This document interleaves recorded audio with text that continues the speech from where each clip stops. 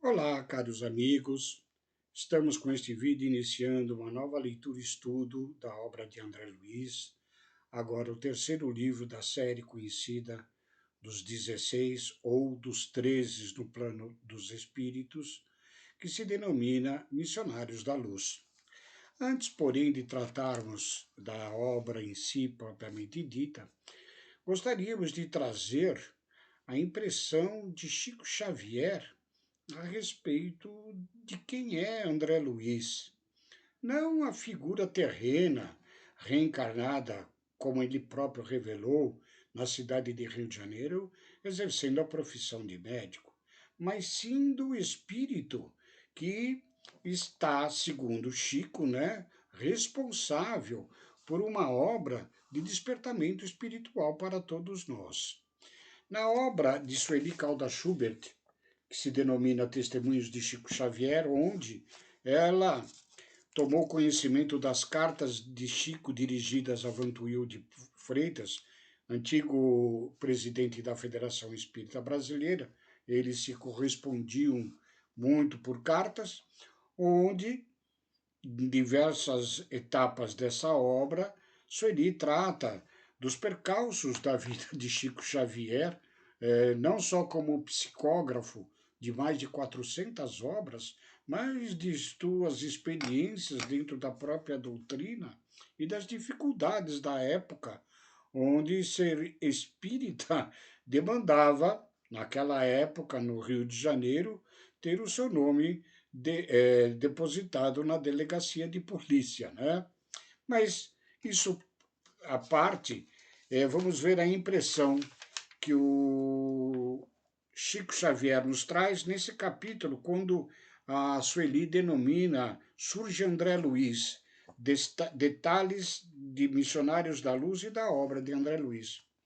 Chico escreve o seguinte a Vantuil: dentro de algum tempo familiarizei-me com este novo amigo, participava de nossas preces, perdia tempo comigo, conversando, contava-me histórias interessantes e muitas vezes relacionou recordações do Segundo Império, o que me faz acreditar tenha sido ele, André Luiz, também personalidade da época referida. Achava estranho o cuidado dele, o interesse, a estima. Entretanto, decorrido algum tempo, disse-me Emmanuel que estava o companheiro treinando para se desincumbir de tarefa projetada e, de fato, em 1943, iniciava o trabalho com o livro O Nosso Lar.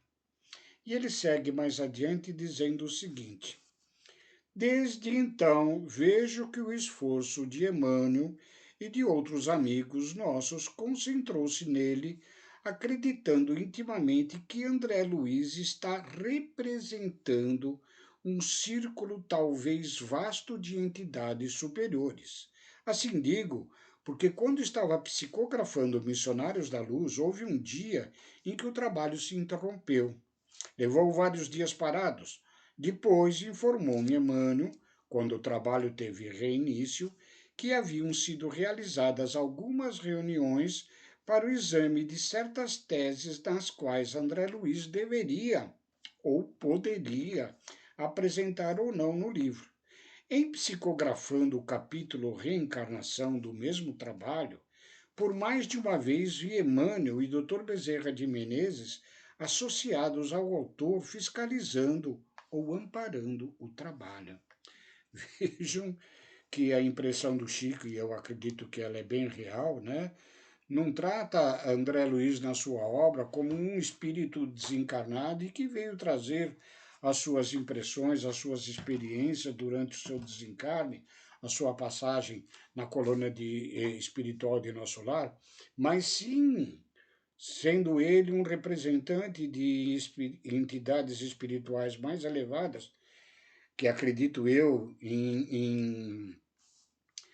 com autorização devida do governador do nosso planeta, Jesus, trazendo estas obras de cunho profundamente de despertamento da nossa consciência espiritual. Né? Isso posto, ressaltando a importância da obra de André Luiz e do próprio André Luiz, né?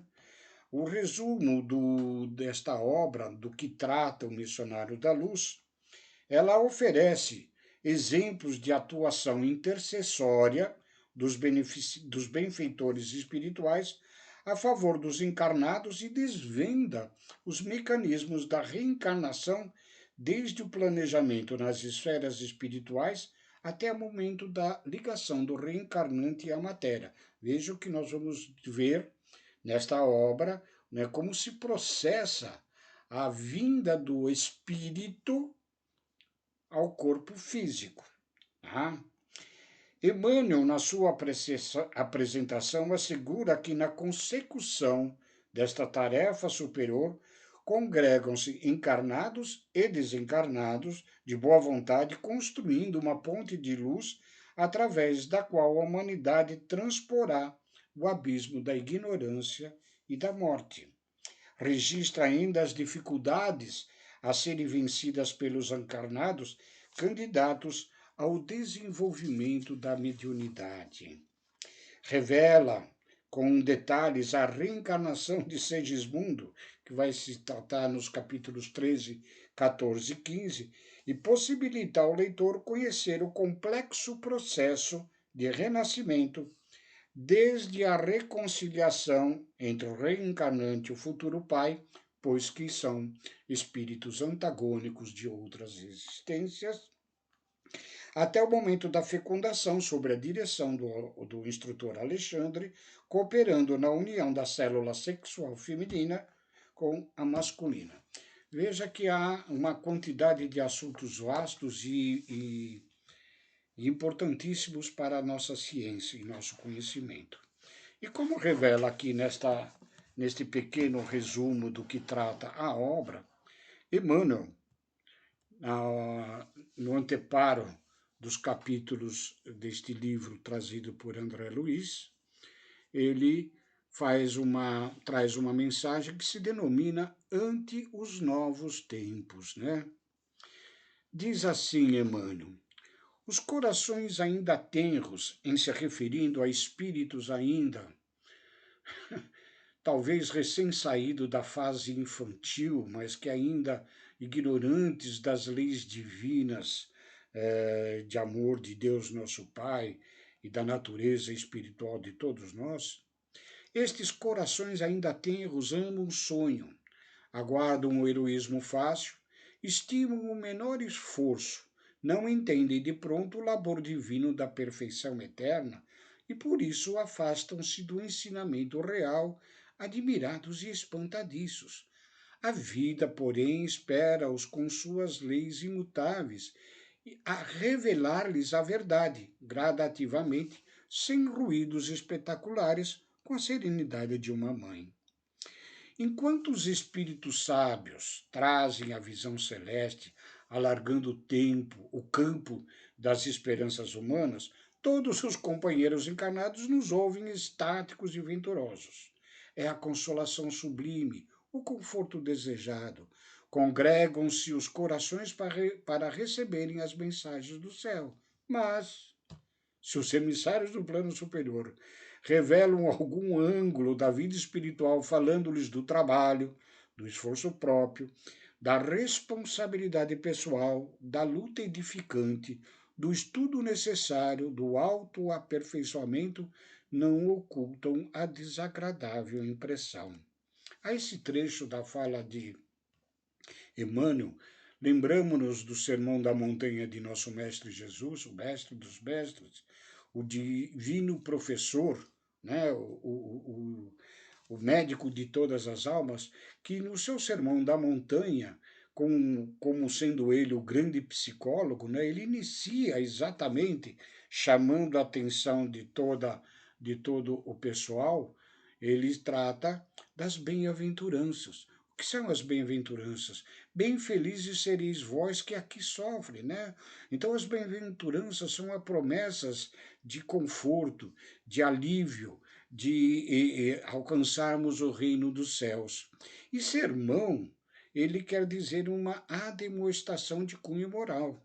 Então Jesus, antes de fazer a demonstração a nós, né, ele traz como grande psicólogo as bem-aventuranças, para logo em seguida trazermos a nós as responsabilidades que nos cabe a cada um de nós no nosso processo evolutivo, né?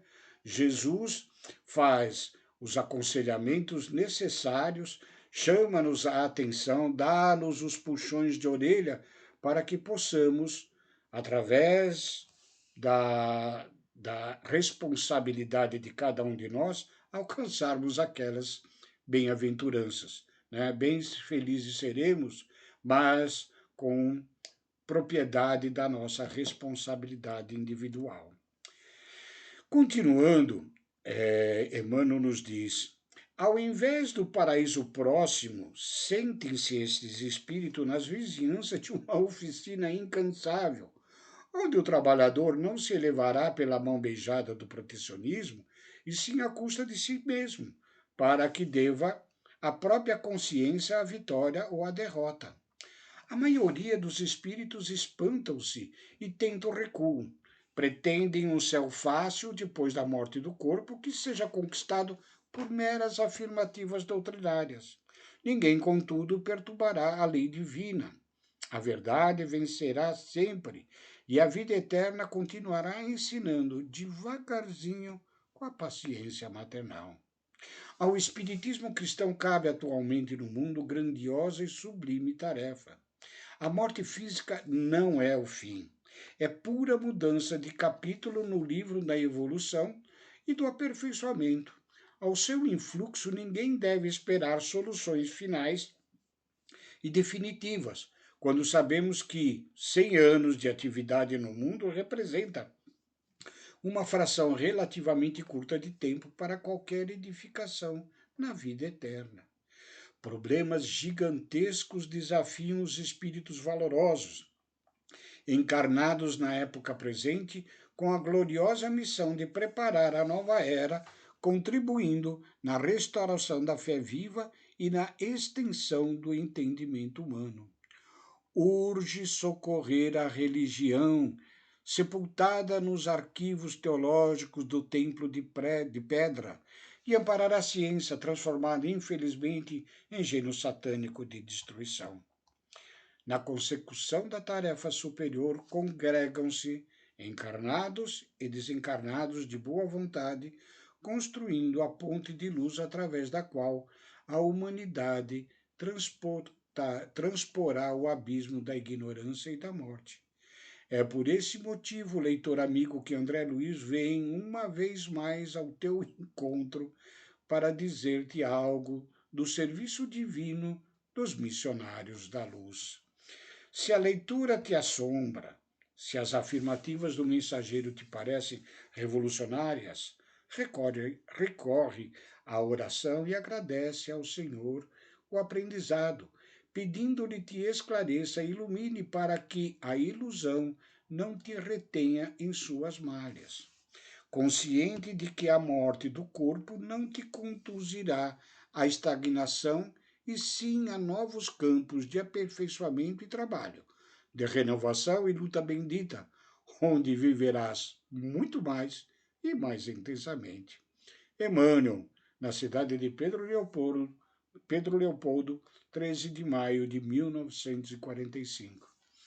E aqui, queridos, ficamos com este vídeo apenas como uma apresentação, não só do livro Missionários da Luz, que iniciaremos os estudos brevemente, mas trazer principalmente essa importância destas obras de André Luiz, né, que com certeza advêm do Mestre Jesus para todos nós, através de seus prepostos, chegando até as mãos benditas de Chico Xavier para os nossos conhecimentos, né?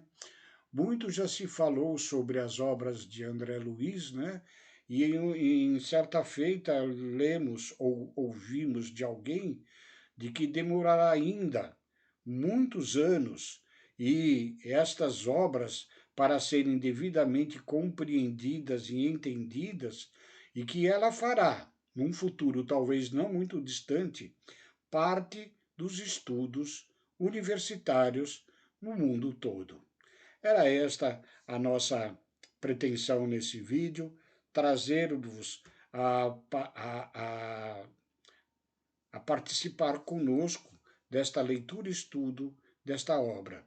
E iniciaremos no próximo vídeo o primeiro capítulo, que se denomina O Psicógrafo, tá ok? Fiquem com Deus, muito obrigado e agradecemos vocês nos acompanharem nesses estudos.